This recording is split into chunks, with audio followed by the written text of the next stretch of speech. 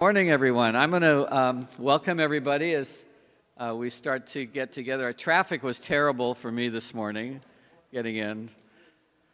I keep waiting for it to get better after the fires. So welcome. Again, we were just here last week, and here we are again. Our next Hazak Monday will be in 2 weeks. We're going back to the regular schedule for a couple times, and then actually early April, because of the way Passover hits us, we'll be back-to-back again, but I'll let you know about that. Today's program, we will have Cantor here today talking about Israeli poetry since October 7th, and following that, we're going to have someone from the Alzheimer's Association talking about the latest in Alzheimer and dementia research. We also have our lunch today, and then following that, we have Great Decisions discussion group at 12:45 in the Youth Lounge. Right next door, the topic today is U.S.-China relations. We'll solve that problem today. And then a Torah study with Rabbi Feinstein will be at 1 o'clock in the Bernstein balcony. I'll just remind everybody, we have the Hazak Shabbat dinner this coming Friday. Those of you who have signed up, we look forward to seeing you there. We've got about 50 people coming, so that sounds good. And Rabbi Leibowitz will be there with our entertainer, who's Annie Korzen, who's an actress, comedian, writer, and social media personality, and looks to be a very interesting and fun evening. I just want to remind you about the Walk with the Rabbi, which was just scheduled for March 23rd. At Lake Balboa. It's going to be with our new assistant rabbi, Rabbi Aronoff. So I encourage you to sign up or plan to go. Get to know her, enjoy a walk around the lake, a little exercise on Sunday morning, March 23rd. We have our special docent tour at the Skirball Museum at the end of the month, March 26th. That's a Wednesday. If you haven't signed up and are still interested, please do so now, and we'll look forward to seeing you then. The next Hazak Monday, as I said, is in 2 weeks. We're going to be hearing from Eric Morgan, who's with the Disaster Preparedness Group with LA County, about how community members can prepare for emergencies and disasters, which, as we all know, has been an issue in LA County this year. Followed by Rabbi Averbach coming back to talk about the Jewish origins of cinema. Interesting topic. If you have any questions about any of our VBS Hazak programs, check the webpage, vbs.org/Hazak. We try to keep all the latest information up there for you. So with that, I'm really pleased to introduce Cantor Phil Barron on Israeli poetry since October 7th. Just a little bit of background on Cantor Barron. I think you recall he's the son of a violinist, grandson of a Vilna rabbi. My relatives came from Vilna also.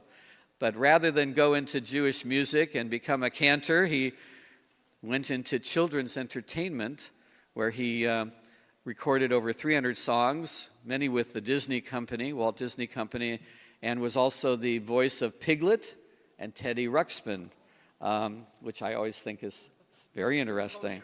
Kosher Piglet. Eventually, his strong Jewish roots started to pull him, and he co-created 2 television series for Jewish children, Bubby's Boarding House and the award-winning Aleph Bet Blastoff. He then entered the Academy for Jewish Religion. In 2005, became a cantor and joined Valley Beth Shalom at that time. And in 2011, he developed new works for the synagogue, which led him to found and direct the Helfman Institute, which we may hear a little bit about today, which is a composers group dedicated to creating new synagogue music. And as always, we totally welcome and are excited about having you join us again today, Cantor Barron. Thank you. Thanks, Joel. Thank you. Thank you, Joel. So we could sit and talk about this music that's been written over this past year, and listen to some of it, and that would be nice. But I thought we'd maybe take a little bit more casual approach and talk about the creative process a bit. So let me tell you about this composers group. The music that you're going to hear today is written by this composers group. So in 2010, so that's almost 15 years ago now, I thought, I need more music for the services here at Valley Beth Shalom, and I want to change it up a little bit. And I know all these composers from my years working at Disney and other music projects that I had. And I thought, I'm going to see if any of the Jewish composers that I know would be interested in writing for the synagogue, because you know what? It hadn't occurred to them at all. We have all these great, Elmer Bernstein and Jerry Goldsmith and all these great composers. They never wrote anything for the synagogue. And I think, why not? And how great it would be. So I called one friend. This is a guy who goes to an Orthodox synagogue. The one on the beach, right on the Venice Beach? Right there. I've been down there. It's really fun to go on a Shabbat morning, and people go by on skateboards and go, Shabbat Shalom, as they go flying by. And so my friend Rich Friedman goes to that shul, and I said, Richard, you go to the synagogue. Down there, the best they got is Ein Keloheinu, Ein God. Wouldn't you like to write something new that people would sing, maybe for generations? He said, I never thought of that. So he said, sure, I'd try that. And I started making more calls. By the time I was done, I had about 20 composers, Jewish composers, who had never written for the synagogue. A couple had, but for the most part, they hadn't written for the synagogue before. And I thought, okay, let's get together and do a retreat. And I'm not going to teach them how to write music. These guys know how to write music better than I do. But what they don't understand is the liturgy and some of the Jewish traditions that we have. So we decided to go out to Brandeis Bardeen out in the Simi Valley. And the music director out there, you may know, was Max Helfman for many years. I know that Elaine and David Gill, for instance, met there in one of Max Helfman's classes out there. So we called it the Helfman Institute after Max Helfman, because Helfman believed that if you have a laboratory for the arts, you can create great things.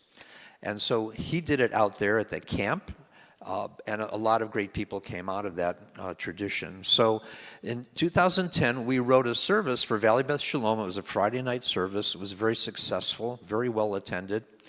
And then we said, well, let's do it again. This time, let's do Friday night and Saturday morning, and maybe let's throw in a Sunday also. So we did a 3-day concert. Friday night was here, Saturday morning at Temple Aliyah, and Sunday concert was at Wilshire Boulevard. And that also was very successful. So then we thought, maybe we should try something different and teach Jewish history. By the way I did that was I brought experts to come and speak to the composers. So for the first one, I brought Chuck Feldman, who had been also at Brandeis, but also was at Wilshire Boulevard. I brought Rabbi Feinstein to talk about the tradition of music and how we might reflect music through our own experience as artists. I'm sure there are many creative people in front of me right now. Maybe not composers, maybe you are, maybe you like to write. I know we have at least one musician here. And maybe you paint, maybe you sew, maybe you knit. There's so many ways to express yourself creatively, but what's the information that you use in order to make that expression? You don't just sit down in front of a canvas and start painting, I don't think. I think you want to express something that you've taken in.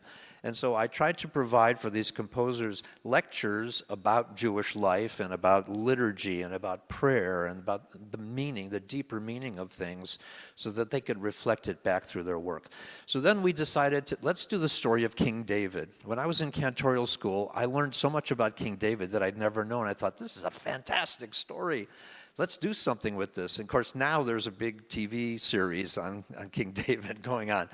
And there have been several books about King David. So we did what I would call a pulpit drama, where we sang all the pieces and told the story of King David. And we performed that at Stephen Wise Temple.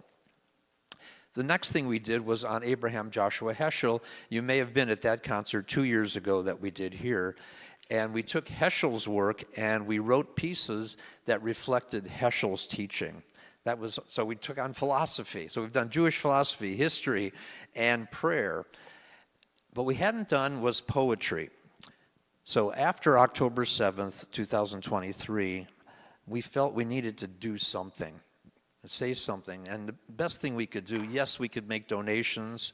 We weren't going to be able to go fight in Israel. And so I'm sure you all feel the same way. What could you do to show our support for Israel? And we decided to, a colleague of mine said, why don't you do something with poetry? And I thought, that's a great idea. I happen to know Rachel Korazim. Anybody know her? She's been here before, and she's done some online programming. She's a fantastic teacher.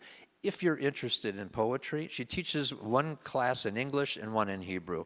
Her class in English is fantastic because the next day I went and signed up for her class, online class. It was 12 weeks. It happened to coincide where I only missed one class.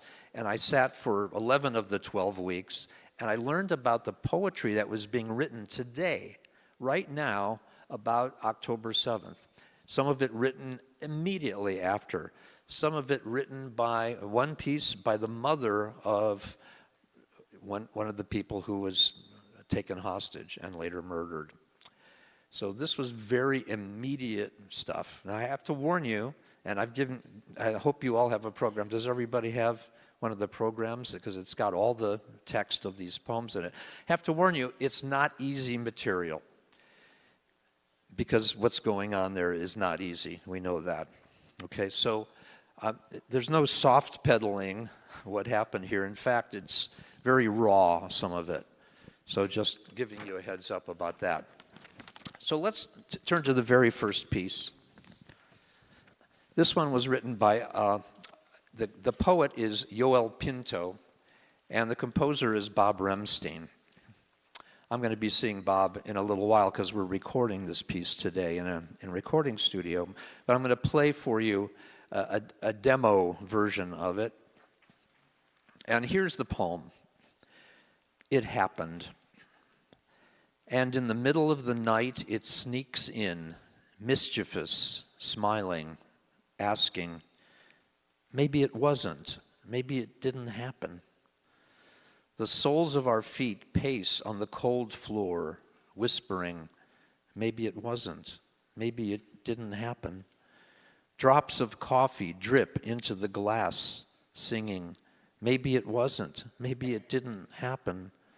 The first light, and then a first sip reveals, it was, it happened. Have you ever had something in your life, I'm sure you have, where you just can't believe that just happened? I remember being in 9th grade when President Kennedy was shot, and our gym teacher came in to tell us what had happened, and we didn't believe it. I mean, literally, there were guys in my class, 9th graders, who said, what a jerk that teacher is, making up something like that. That could not have really happened. So there's a kind of disbelief that we have, and then suddenly you start to accept it and take it in. It happened. So think about for a moment how you would reflect your art, whatever it might be, painting, sewing, creating something in the garage, whatever it is, building something, or maybe music. How would you reflect back that feeling of being in the middle of the night, walking the cold floor, and suddenly, no, did that happen? Was I dreaming? Or did that really happen? The events of October 7th were those kinds of events. So let's hear what Bob Remstein did with this. The music you're going to hear is Bob doing a demo of this piece. So it's the composer singing. I have a live version of it too, but the demo is a little easier to hear. And so if the technology cooperates here, it's asking me to sign in again. Okay, let's see. Okay, this is It Happened, Bob Rumstein. And please follow the lyrics or the poetry.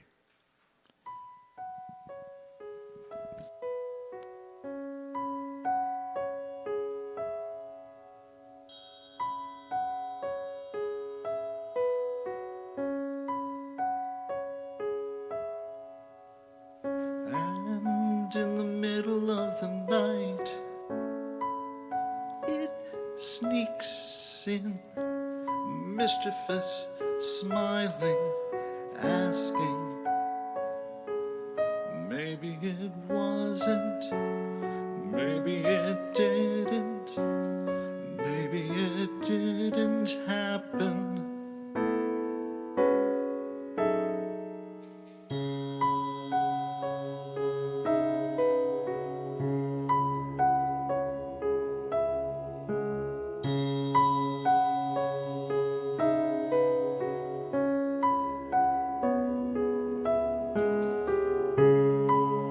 The soles of our feet pace on the cold floor, whispering maybe, maybe it wasn't, maybe it didn't, maybe it didn't happen.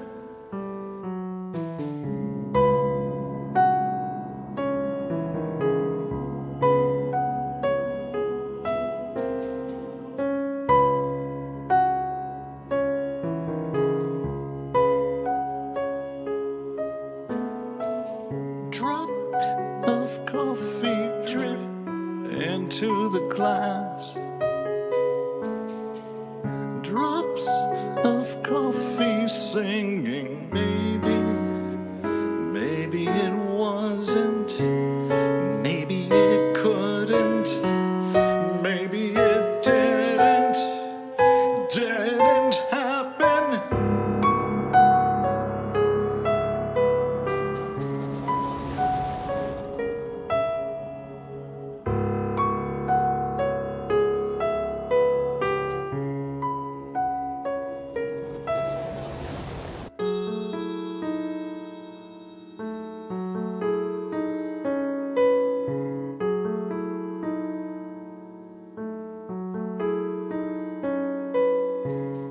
The first light, and then the first sip reveals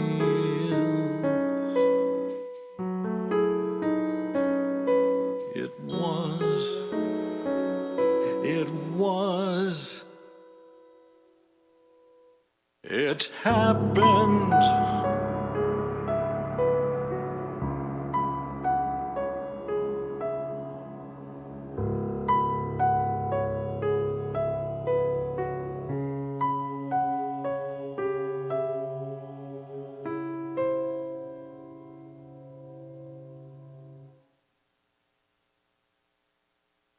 So you can see how the tension is there, the uncertainty in that music, the kind of dripping sound, right? As slowly the reality of what has happened starts to occur. And I think that's a brilliant setting of that. By the way, setting poetry is very different from lyrics.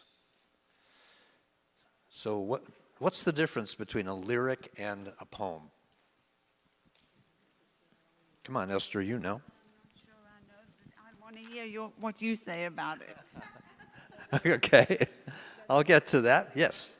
It doesn't necessarily rhyme? It doesn't necessarily rhyme. There is no rhyme in that poem whatsoever. Poems used to rhyme, right? In Shakespeare's day, they rhymed. Right. So, and the form of it, if you look at a lyric and look at a Cole Porter lyric, it's very tidy, very neat. And you have these rhymes, you know, A, B, A, B, A, B, B, right. But also the rhythmic structure is the same. This one, none of these really are that way. So it makes it very, very challenging to write. So, okay, I'm going to give you the next one. Okay, the next one is called Strong as Death, if you have it there. And let's see here. Just give me a second here as it boots up.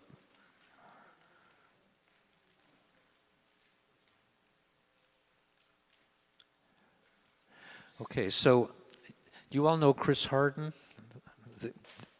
He's our wonderful music director. Chris Harden was our wonderful music director here for many, many years.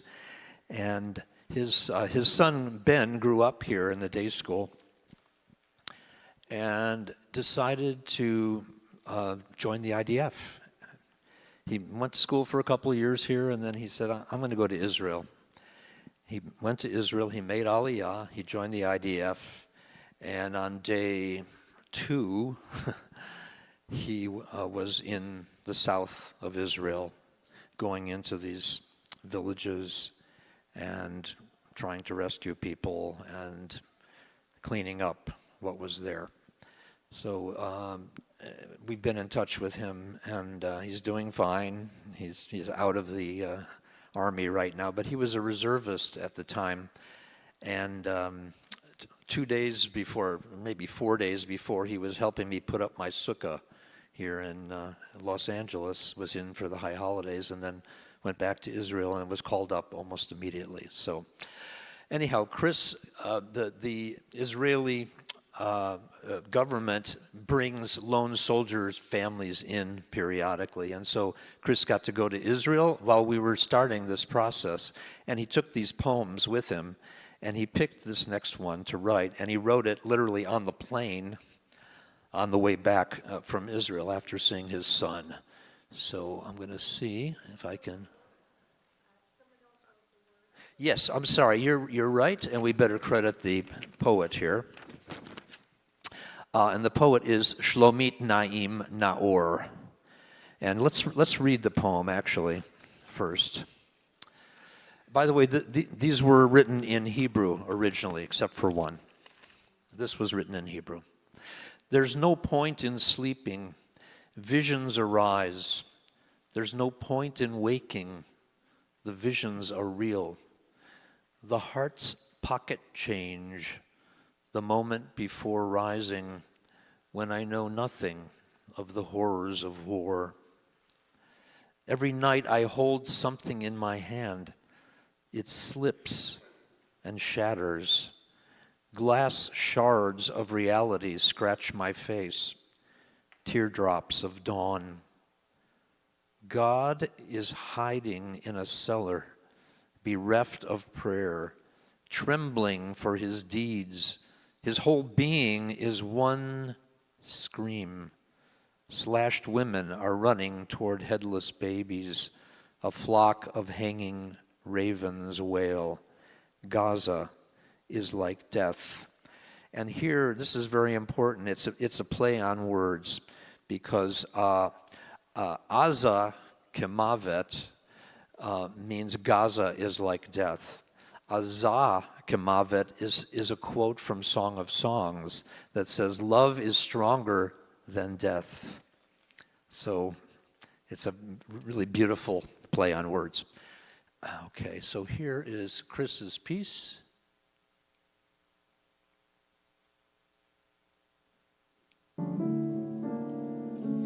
There's no point in sleeping.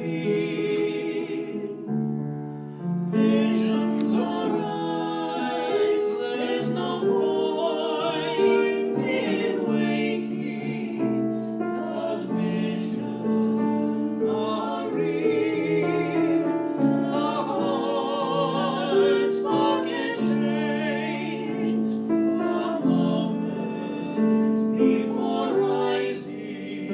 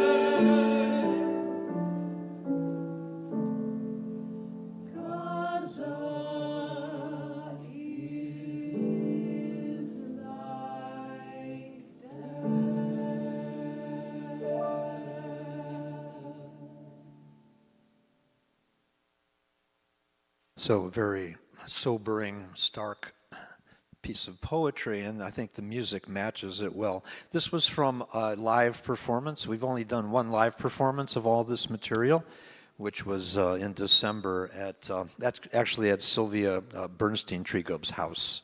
So we're going to be doing more of these small concerts. If anyone's interested and has a good piano, let me know.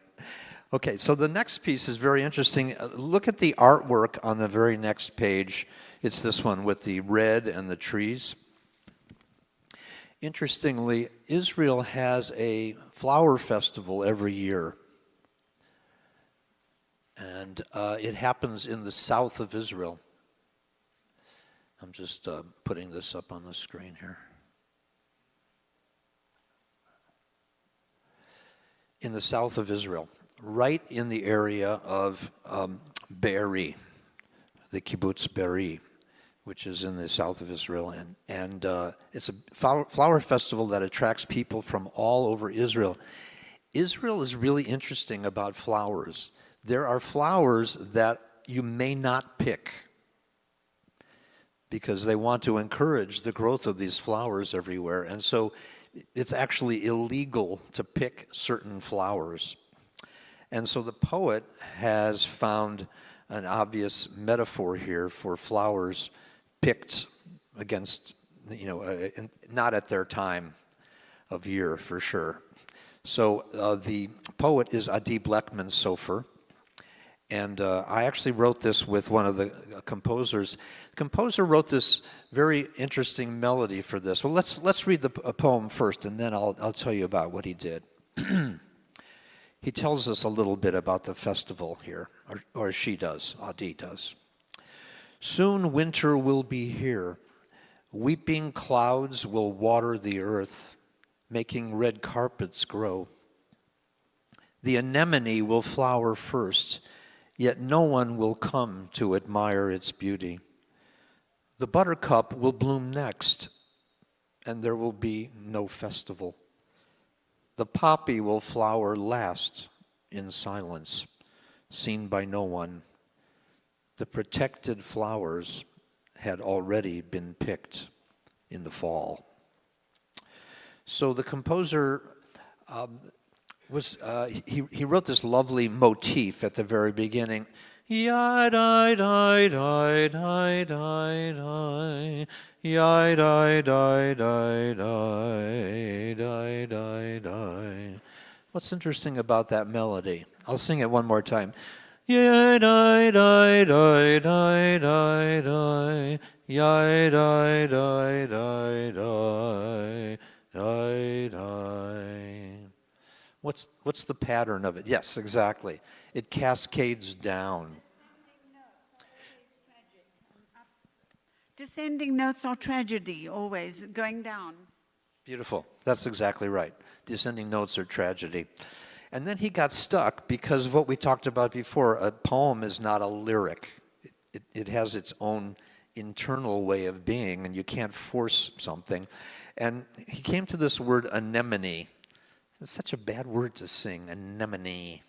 So I said, why don't we use the Hebrew word, kalanit?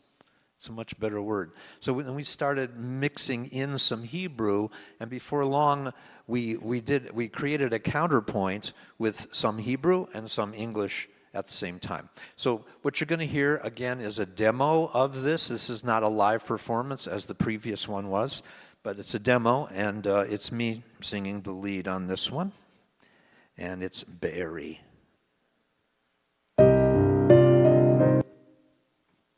Oops.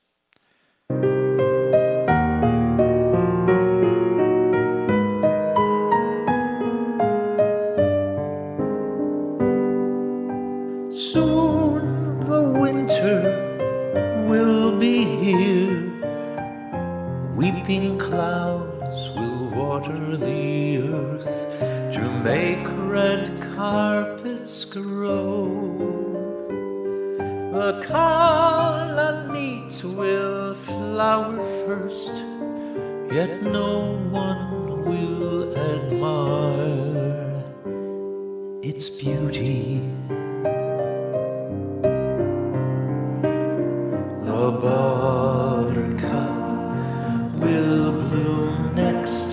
but there will be no festival. The poppy will flower last In silence. seen by no one.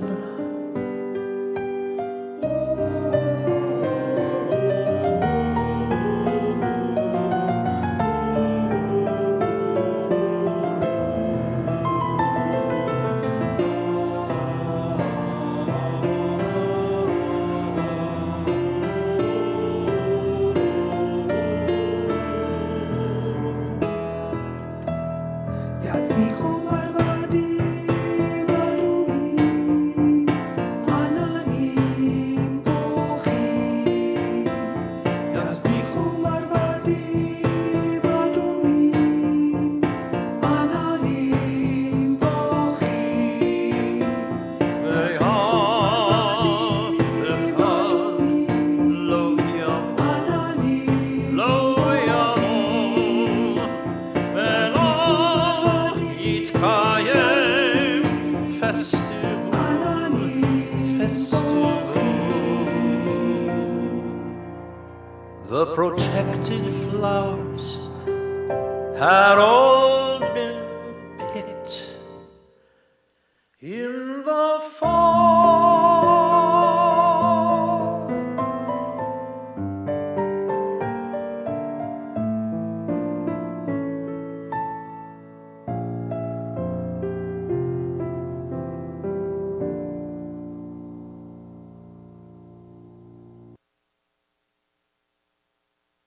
What the Hebrew was saying there in the last section was you have essentially the flowers are singing. That was the idea. And what they're singing in Hebrew is that hang on one second. What they're singing is weeping clouds and red carpets grow, which is from the first section. And then at the end, the solo part is saying that nobody came to the festival. Nobody came. And in fact, this is what happened in the south of Israel, unfortunately, that the beautiful flowers were picked and nobody came. So it's a horrible metaphor, and yet it's very apt. So the next thing I'm going to play is on the next page, One Tiny Seed. You might know the name Rachel Goldberg Poland. She is an American Israeli, and her son was the young man with the arm that was essentially torn off in the attack, and who was later killed with the 6 hostages on that horrible day. This was written prior to that. In fact, I think it was the day or two before that I was in contact with her via email about her poem. And this was written by the head of the music department at UCLA. His name is David Lefkowitz. He's a wonderful writer. By the way, David Friedlander was composer on the last piece. And this one is David Lefkowitz, and he set this early on, so I'll read it for you. There is a lullaby that says your mother will cry 1,000 tears before you grow to be a man. I have cried 1,000,000 tears in the last 67 days. We all have. And I know that way over there, there's another woman who looks just like me, because we are so very similar. And she has also been crying. All those tears, a sea of tears, they all taste the same. Can we take them and gather them up, remove the salt and pour them over our desert of despair, and plant one tiny seed, a seed wrapped in fear, trauma, pain, war, and hope, and see what grows? Could it be that this woman, so very like me, that she and I could be sitting together in 50 years, laughing without teeth, because we have drunk so much sweet tea together? And now we are so very old, and our faces are creased like worn-out paper bags, and our sons have their own children, grandchildren, and our sons have long lives, one of them without an arm, but who needs two arms anyway? Is it all a dream? Very powerful piece. And so it'll take me just a second to get that going here.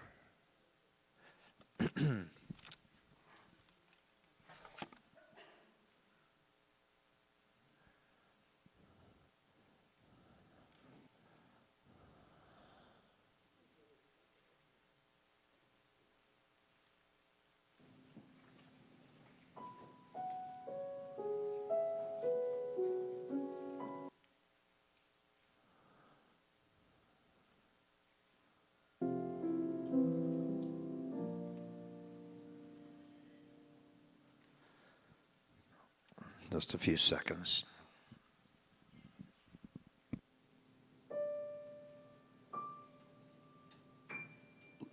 This is a live performance.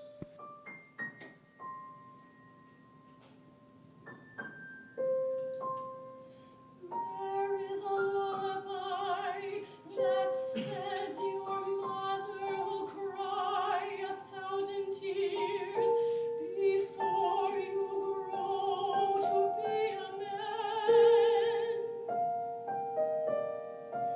I have cried 1,000,000 tears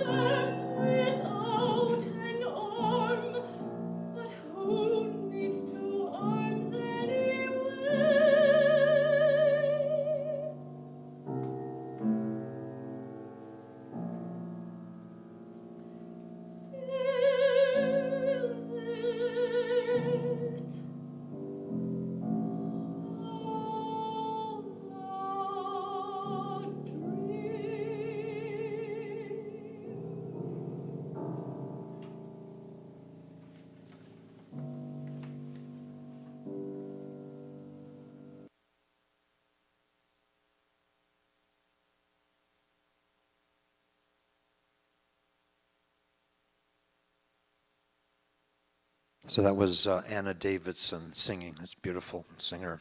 So this is what's called a through composed piece. There's really no theme that you can hang anything on, except at one point there was a little reference to another piece of music. Anybody pick that up? Let me sing it for you. All those tears, a sea of tears, they all stay the same.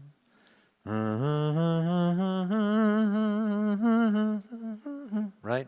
So a reference to Hatikva in there. Some very accomplished composer. Okay, I'm just going to play a couple more things for you.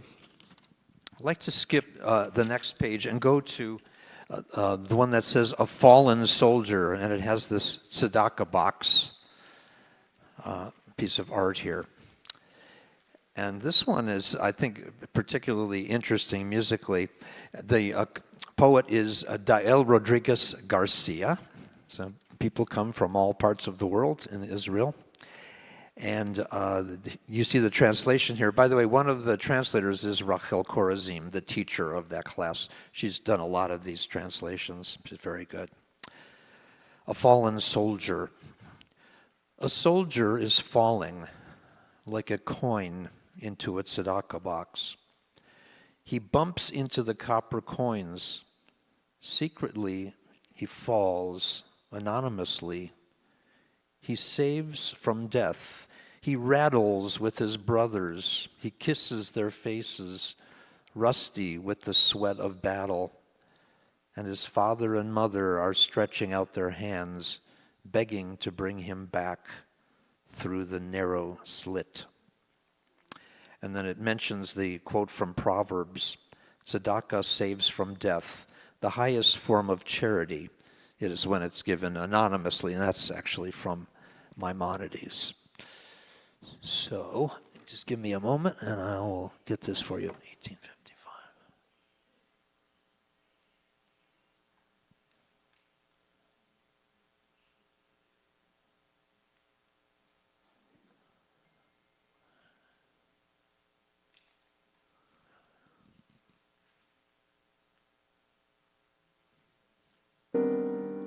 Oops, I'm sorry.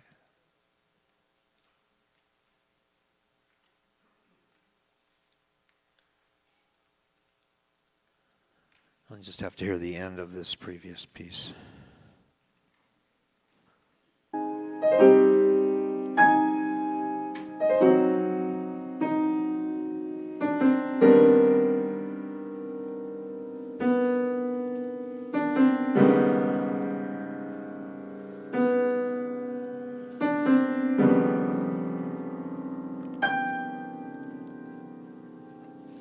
A soldier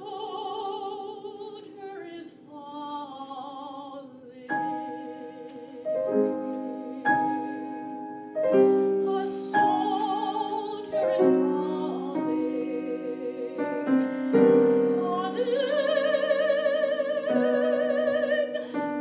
like a coin into a tzedakah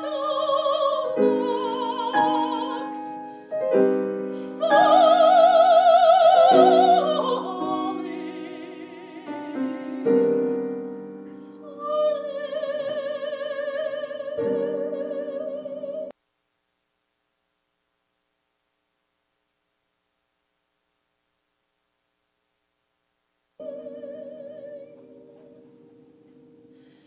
He bumps into the copper coins. Secretly,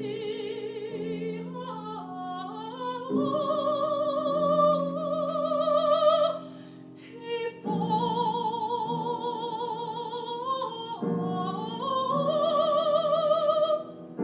I know he must live. I know he must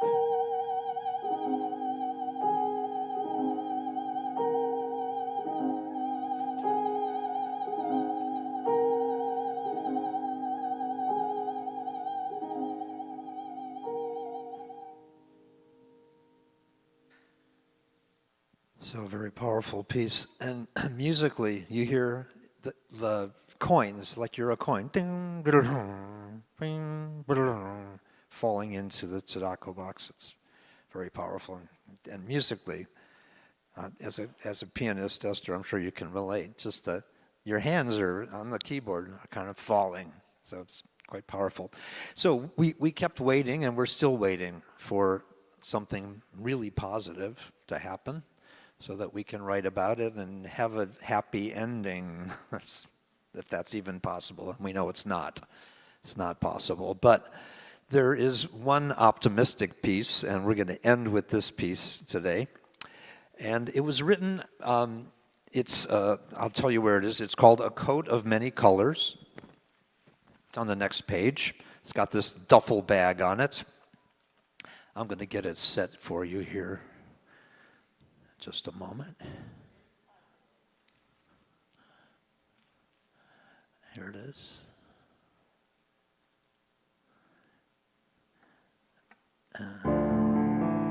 Okay. And so the music is by Chris Hardin, and I kind of helped inspire this piece, so we both have credit for it, but Chris really wrote this. And what happened was we were looking for something to kind of bring a close to the piece, to the overall piece. There are so far 10 pieces that are written for this. We're only going to hear this last one right now, and we'll let you know when you can come and hear it in a concert. But I was at Chris's in Portland. I have 2 kids in Portland. I was up there visiting and went to see Chris, and our wives were going to get their nails done. And I said, okay, Chris, this is it. We need a piece. I love this piece, A Coat of Many Colors. Let's see what we can do in an hour and a half. And pretty much put this piece together in that amount of time. And so here it is. My son returned from battle, his duffel bursting with things that I had not packed for him. Socks donated by the Jews in Argentina. A quilted blanket smelling like someone else's home. A blue towel from a family from the Moshav. Tzitzit from Jerusalem. A fleece jacket gifted by a high-tech company. A scarf knitted by an elderly lady. Undershirts purchased by online shoppers. A sheet that was given to him by a friend. Gloves bought by teenage girls. A jacket from the closet of someone who came and requested to give. I spread out all those garments and weave together a new coat of many colors. You see, Joseph, your brothers were there for you. So it's like us. We're the brothers of Joseph, and we're not abandoning him in a pit out in the wilderness. So this poem, wonderful poem by Racheli Moshkevitz, and translation by Javi Eisenberg. Composer Chris Hardin.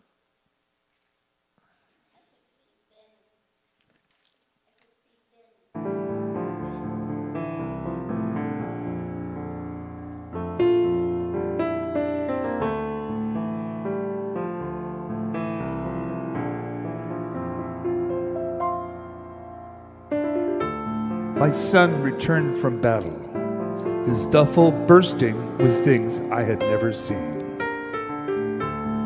Socks donated by the Jews in Argentina.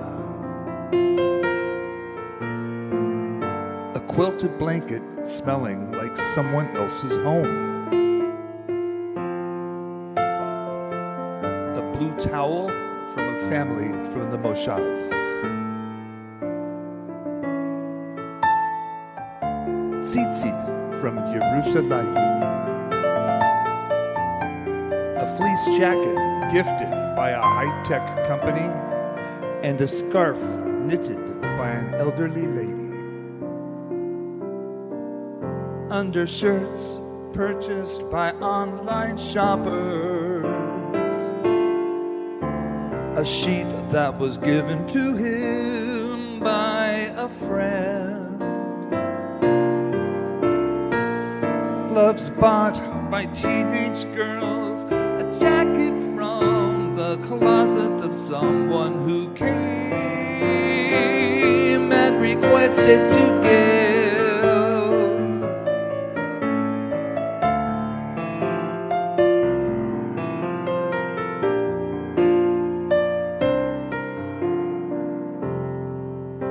I spread out all the garments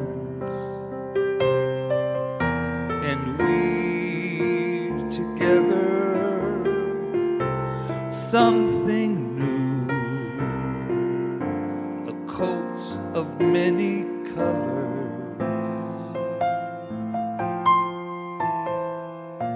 a coat of many colors. See, Joseph, your brothers were there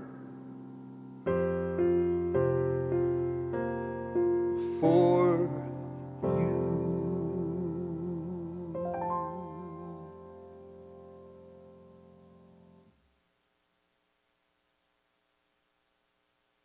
Thank you, and thanks to Valley Beth Shalom for supporting the Max Helfman Institute, or this material would never have existed at all. If you're interested in Rachel Korazim's classes, please contact me or just go to rachelkorazim.com, and that's her website, and you can learn all about that. And with that, I give it back to Joel. Thank you for your time today.